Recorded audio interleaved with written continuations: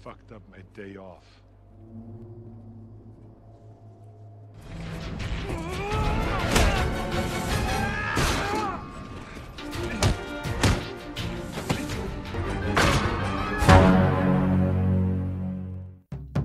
Halo, apa kabar semua? Semoga kalian sehat. Kali ini saya akan menceritakan film yang berjudul The Last Stand. Bercerita tentang seorang ketua polisi yang harus berhadapan dengan bos mafia terkejam di Amerika. Oke, tanpa berlama-lama kita langsung gaskan saja ke ceritanya.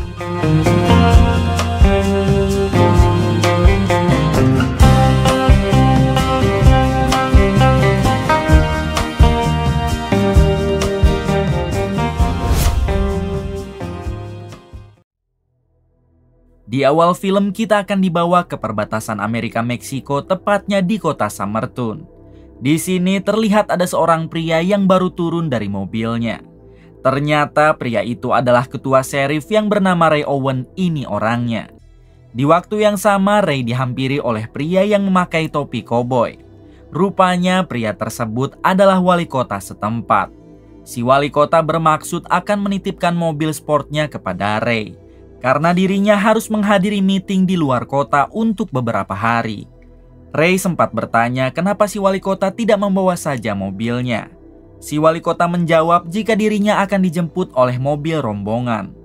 Pada akhirnya tanpa keberatan Ray pun mau dititipi mobil oleh si wali kota. Setelah itu Ray mampir ke salah satu kedai untuk mengopi sejenak. Ketika Ray sedang asik menyeruput kopi, tak sengaja ia melihat dua orang pria yang sangat mencurigakan. Ray terus saja memperhatikan kedua pria itu sehingga mereka memilih pergi dari kedai tersebut. Ray yang merasa curiga, ia pun langsung mencatat plat nomor mobil kedua pria itu sebelum mereka pergi. Adegan berpindah ke tiga orang sheriff anak buah Ray yang saat itu sedang latihan menembak. Diberitahu jika ketiga sheriff itu bernama Jerry dan duanya adalah si cowboy beserta si kupluk.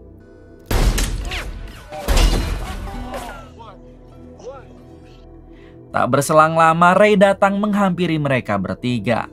Di sini Ray memerintah Jerry dan si cowboy untuk melacak plat nomor mobil milik kedua orang yang tadi Ray curigai. Tanpa menunggu lama Jerry dan si cowboy segera pergi untuk melacak plat nomor mobil tersebut. Di balik itu, kedua pria yang Ray curigai sekarang mendatangi lahan milik seorang petani.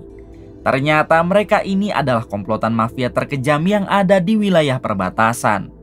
Namun sekarang ketua mereka sedang mendekam di penjara, sehingga yang mengurus semua bisnisnya adalah tangan kanan si ketua yang bernama Burrell. Ini orangnya. Tak lama Burrell CS dihampiri oleh si petani yang mempunyai lahan, lalu menanyakan sedang apakah mereka di sini. Burrell menjawab kalau sebentar lagi lahan ini akan menjadi miliknya dan tiba-tiba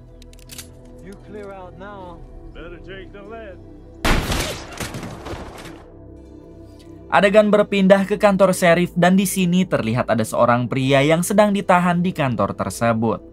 Diberitahu kalau pria itu adalah seorang mantan pasukan khusus yang merupakan sahabat dekatnya Jerry, si sheriff anak buah Ray. Alasannya si mantan pasukan khusus sampai ditahan karena ia sering kali mabuk-mabukan lalu rese di jalan. Tak lama Jerry datang lalu menyemangati sahabatnya itu sambil mengatakan kalau beberapa hari lagi dia akan dibebaskan. Setelah itu Jerry dan si cowboy segera melacak plat nomor mobil yang Ray perintahkan. Malam harinya Jerry mendatangi rumah Ray untuk memberitahu informasi terkait identitas pemilik mobil yang telah berhasil ia lacak.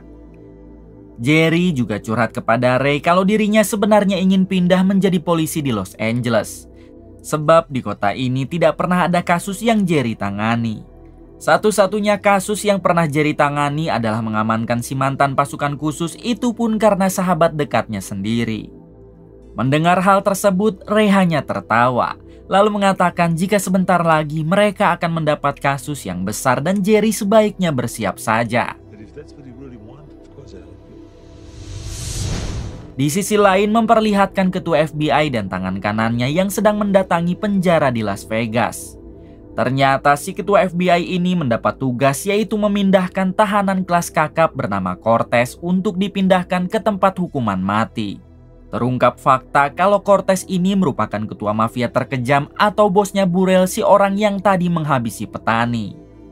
Malam ini Cortez akan dieksekusi karena kasusnya sudah sangat berat dan tidak bisa diampuni. Setelah semuanya siap, si ketua FBI segera memerintah para anak buahnya untuk membawa Cortez ke mobil tahanan.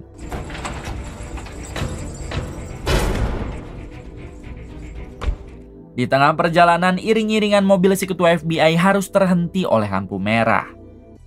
Tiba-tiba ada sebuah magnet besar dan langsung menarik mobil tahanan yang berisi Cortez ke atas gedung. Seketika kondisi menjadi kacau dan si ketua FBI segera memerintah para anak buahnya untuk mengejar Cortez ke atas gedung tersebut.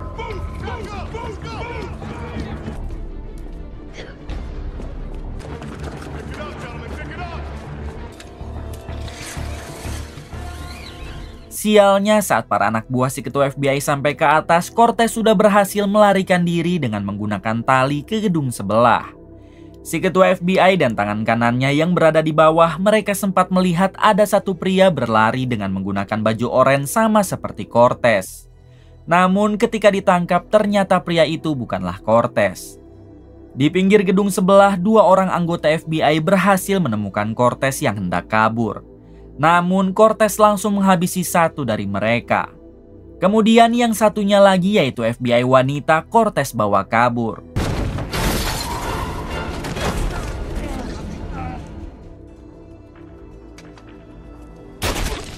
Tak berselang lama, si ketua FBI dan tangan kanannya datang. Namun di sini mereka hanya menemukan satu anak buahnya yang sudah tewas ditembak Cortez barusan. 1 jam kemudian, si ketua FBI kembali ke kantornya dan langsung menginterogasi si pria yang memakai baju oranye tadi. Si ketua FBI bertanya apakah ia adalah orang suruhan Cortez untuk mengecoh mereka dan kenapa warna bajunya bisa sama percis. Pria itu bersumpah jika dirinya tidak kenal sama sekali dengan Cortez. Dan untuk warna baju itu adalah haknya yang bebas memakai warna baju apa saja. Pada akhirnya pria itu pun dilepaskan kembali karena memang tidak tahu apa-apa.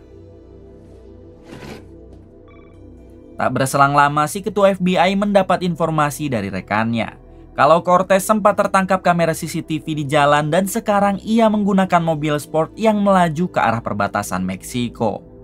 Dengan cepat, si ketua FBI segera mengerahkan polisi dan para anak buahnya untuk merazia siapapun yang menggunakan mobil sport.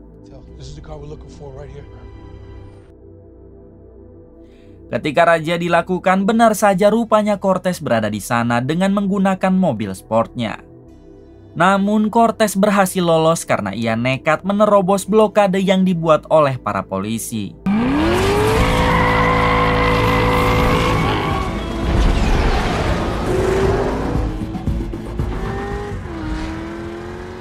Sempat terjadi aksi kejar-kejaran, tapi Cortez begitu lihai mengendarai mobilnya dan melaju dengan sangat cepat. Si ketua FBI yang mengetahui informasi itu, ia pun menjelaskan kalau Cortez adalah mantan pembalap mobil, sehingga ia pasti akan sangat lihai ketika mengendarai mobilnya. Di waktu yang sama, si ketua FBI dihubungi oleh Cortez yang memintanya agar berhenti mengejar.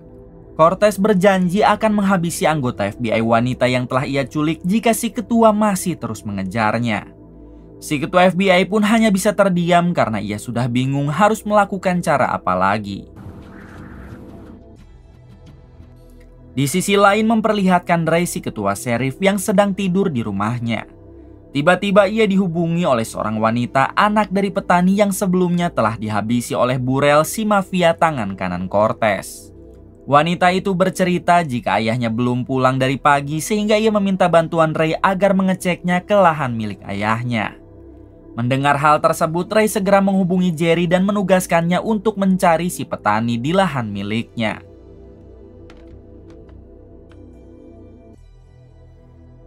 30 menit kemudian, Jerry dan satu rekan wanitanya sampai di lahan milik si petani.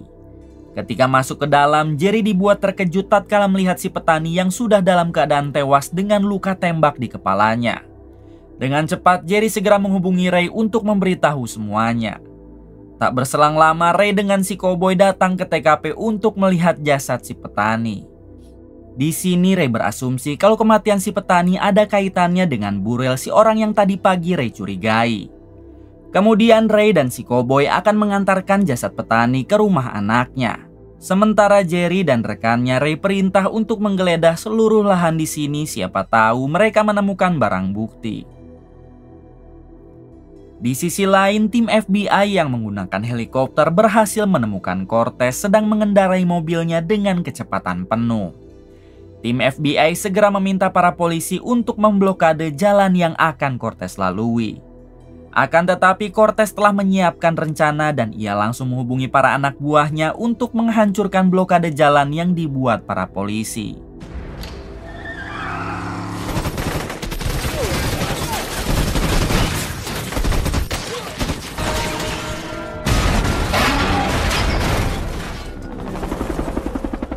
Pada akhirnya lagi-lagi Cortez berhasil lolos dari polisi maupun FBI. Setelah itu Cortez memberikan kunci borgol kepada si FBI wanita yang sedang ia culik. Ternyata selama ini si FBI wanita itu adalah kekasihnya Cortez. Dan semua rencana pelarian Cortez ini berkat bantuan dari si FBI wanita. Adegan berpindah kepada si ketua FBI yang masih sibuk mengurus kasus Cortez di kantornya. Di sini si ketua melihat peta digital dan ia yakin jika satu-satunya jalan yang akan Cortez lalui adalah lewat jalan kota Summerton yang ada di perbatasan Amerika Meksiko. Dengan cepat si ketua FBI menghubungi Ray yang merupakan ketua sheriff di sana. Si ketua FBI menjelaskan jika kemungkinan besar akan ada buronan bernama Cortez yang akan melewati kota Summerton untuk menuju ke Meksiko. Si ketua meminta Ray agar menyiapkan pasukan untuk membantunya menangkap Cortez. Mendengar hal tersebut, Ray pun menerima perintah dari si ketua FBI. Ray yakin jika semua ini pasti ada kaitannya dengan si petani yang tiba-tiba dihabisi oleh Burrell. Di balik itu, Jerry si sheriff dan satu rekannya sedang memeriksa semua lahan milik si petani tadi. Tiba-tiba mereka melihat ada sekelompok orang yang sedang membangun jembatan di lahan si petani. Ternyata kelompok orang itu adalah Burrell dan para anak buahnya. Mereka semua membangun jembatan untuk Cortez melintas karena hanya di lahan si petanilah satu-satunya jalan yang bisa langsung tembus ke Meksiko. Melihat hal tersebut, Jerry dan rekannya mencoba turun dari mobil untuk menanyakan apa yang sedang mereka lakukan. Akan tetapi anak buah Burrell langsung menembak Jerry hingga terjadilah aksi tembak-tembakan.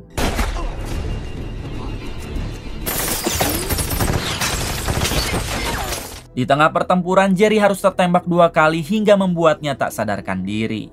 Beruntung Ray datang tepat waktu lalu segera membawa Jerry dan rekannya pergi dari sana.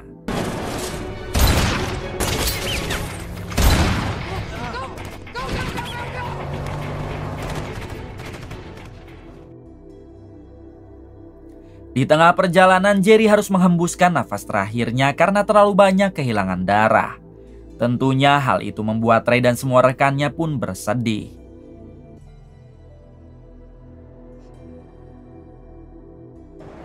Sesampainya di kantor, Ray juga memberitahu si mantan pasukan khusus rekan kerja Jerry yang sedang ditahan kalau sekarang Jerry telah gugur.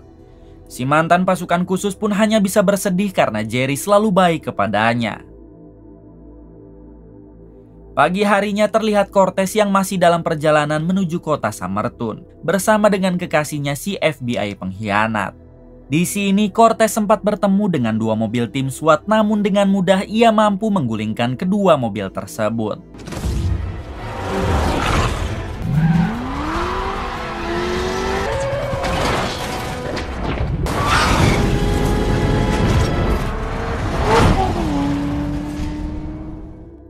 Di sisi lain terlihat Ray yang sedang membicarakan Cortez di kantornya. Di sini Ray kebingungan karena sebenarnya mereka kekurangan anggota untuk menangkap Cortez. Si mantan pasukan khusus yang mendengar hal tersebut seketika ia pun menawarkan diri untuk membantu Ray. Pada akhirnya Ray merekrut si mantan pasukan khusus dan langsung mengatur strategi untuk menangkap Cortez. Setelah itu Ray mendatangi rekannya yaitu si Kupluk untuk meminjam persenjataan kepadanya. Diberitahu kalau si kupluk ini sudah tidak lagi menjadi anggota sheriff karena ia lebih memilih untuk menjual belikan senjatanya secara legal. Dengan senang hati, si kupluk pun mau meminjamkan Ray senjata. Bahkan si kupluk juga akan ikut bergabung demi membalaskan kematian Jerry rekan mereka.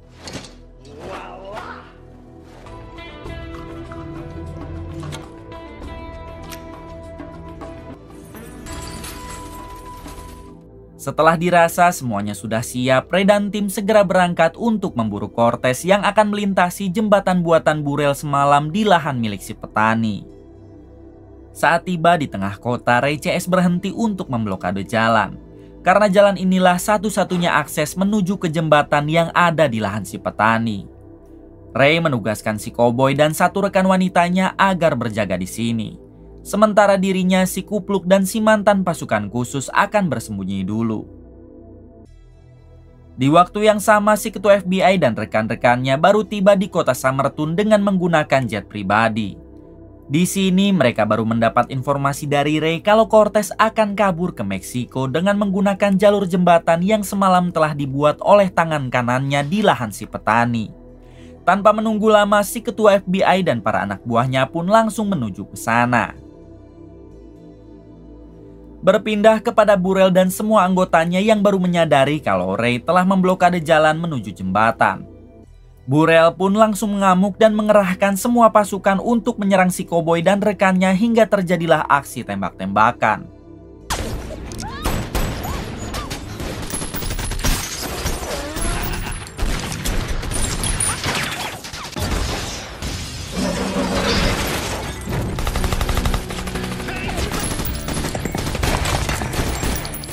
Di tengah pertempuran datanglah Ray dan yang lain dengan langsung memberondongkan tembakannya.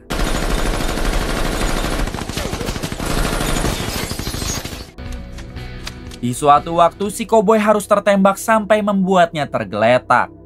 Melihat hal tersebut, si kupluk berniat untuk menyelamatkan si koboi, namun ia juga harus tertembak oleh Burrell.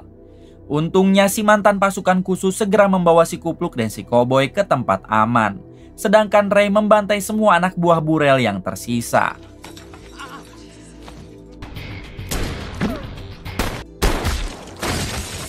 Singkatnya, kini hanya tinggal Burrell seorang yang tersisa dan ia bersembunyi di dalam sebuah bis.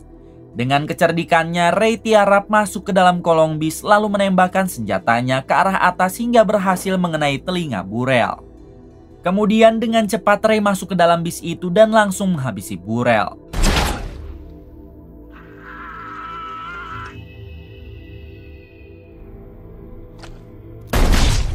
Setelah itu, Ray mengambil ponsel Burrell karena ada panggilan yang masuk. Ketika diangkat, ternyata itu adalah Cortez yang memberitahu kalau sekarang ia sudah masuk ke kota Summerton dan akan langsung menuju ke jembatan. Dari kejauhan, Ray sudah melihat kalau Cortez sedang melajukan mobilnya menuju arah jembatan hingga ia pun segera turun dari bis. Namun sayangnya, Cortez berhasil lolos karena ia mengendarai mobil dengan begitu cepat. Seketika Ray teringat jika wali kota telah menitipkan mobil sport kepadanya dan Ray segera mengejar Cortez dengan menggunakan mobil sport si wali kota. Cortez sendiri kini sudah berada di ladang jagung yang sebentar lagi akan sampai ke jembatan. Di sini Cortez menurunkan pacarnya atau si pengkhianat FBI secara paksa karena ia sudah tidak lagi membutuhkannya. Dengan senang Cortez terus melajukan mobilnya karena ia pikir sebentar lagi akan lolos, namun tiba-tiba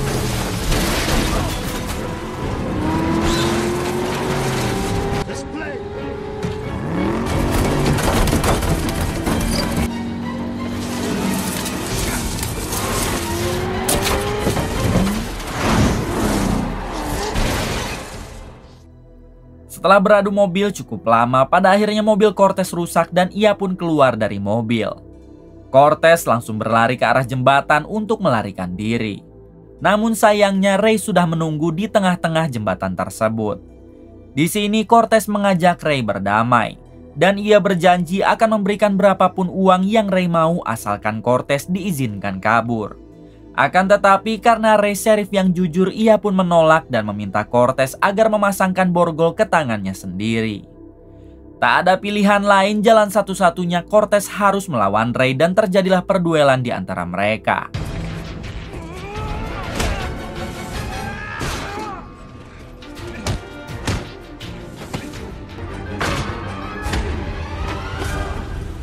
Namun tentunya Ray bukanlah tandingan Cortez hingga dengan mudah Ray dapat menumbangkan Cortez.